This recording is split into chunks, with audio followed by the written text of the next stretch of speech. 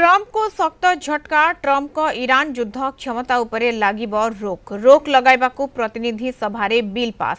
Iran सहित चलिथिबा युद्ध को नहीं अमेरिका राजनीति रे एक बड़ धरणर विप्लव देखा मिली।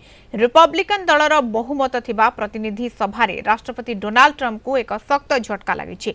संसदर बिना अनुमति रे ईरान सहित युद्ध न करिबा पई राष्ट्रपति को निर्देश दे गुरुत्वपूर्ण प्रस्ताव पास होईछि। वार पावर रिजोल्यूशन बिल 215-208 भोट रे पास होईछि। गत फेब्रुआरी शेष भागरु युद्ध आरंभ हेबा परठारु प्रतिनिधि सभारे एभली पदक्षेप नियाजिबा एक प्रथम घटना।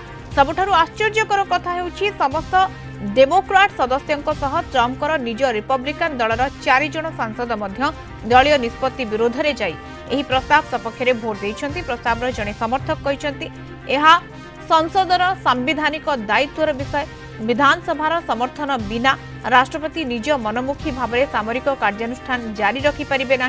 विगत 3 मास धरी अमेरिकार विमान आक्रमण और नौसेना ऑपरेशन जारी रही, जहां विश्व बजार में तेल दर वृद्धि सहित अमेरिकार घरोई अर्थनीति उपरे भारी पड़ुछि।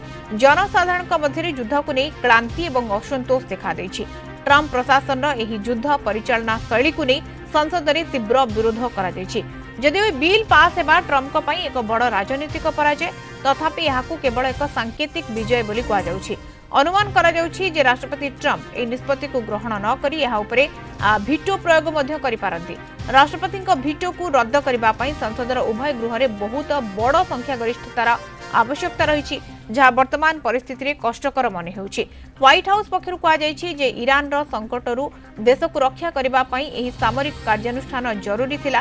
तेबे एही भोट रु स्पष्ट जणा पडुछि जे युद्ध दीर्घस्थायी हेबा सहित ट्रंप निज दल भितरे विश्वास ह्रास पाइबारे लागिछि।